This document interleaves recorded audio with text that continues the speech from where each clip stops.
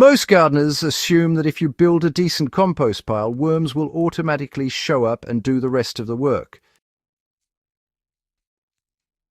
That assumption costs you time, slows soil improvement, and often leaves beds underfed even when you think you're doing everything right. I learned this the hard way.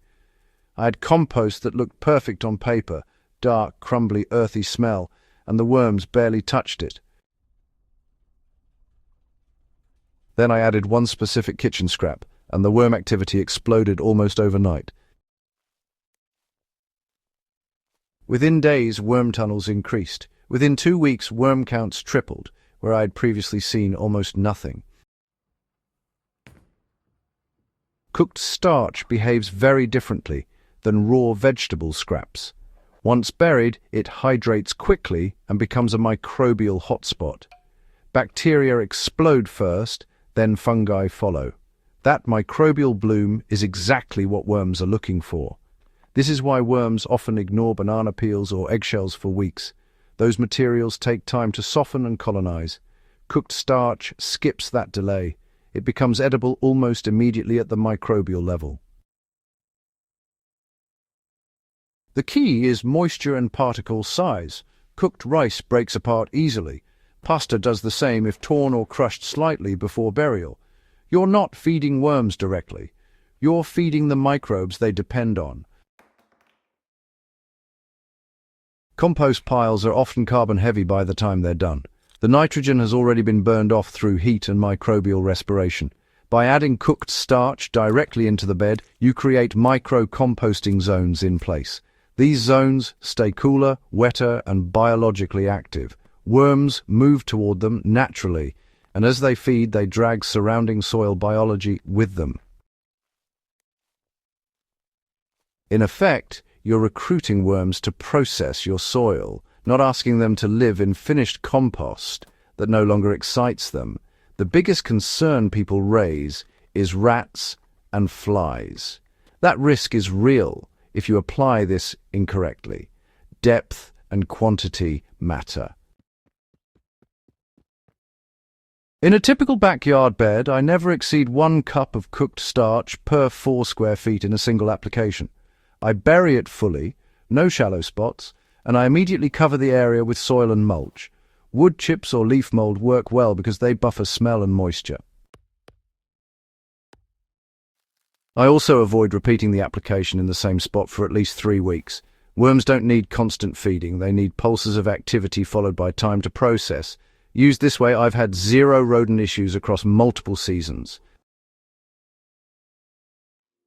Raised beds heat up slightly faster and drain better, which accelerates microbial growth. In raised beds, worm response is almost immediate if moisture is adequate. In worm bins, cooked starch needs restraint. I use about 2 tablespoons per square foot of bin surface mixed into existing bedding rather than placed as a lump. The goal is to avoid anaerobic pockets. If the bin smells sour, you've added too much. When done correctly, the worms cluster aggressively around the area within hours, then disperse once it's consumed. You obviously don't add cooked rice to hydroponic reservoirs, but this insight still matters. It explains why biologically active teas and inoculants outperform sterile nutrient solutions in certain setups. Worms respond to food webs, not nutrients alone. The same principle applies when you're trying to build root zone resilience in soilless media. Biology first, input second. Understanding why worms behave the way they do helps you design better systems across the board. Most compost advice treats worms like passive recyclers, but in reality, they're selective grazers. They move toward zones of peak microbial activity and abandon areas that go quiet. Once you stop thinking in terms of feeding worms and start thinking in terms of triggering microbial blooms, honestly, everything makes more sense. I don't use cooked starch in waterlogged clay soils during cool seasons. In those conditions, decomposition slows and anaerobic issues increase. I also avoid it in beds already overloaded with nitrogen. This is a targeted tool, not a universal solution. Used sparingly, it accelerates soil life. Used carelessly, it creates imbalance. This one kitchen scrap forced me to rethink how I judge soil health. Worm presence isn't about how dark your compost looks. It's about whether your soil is actively alive right now.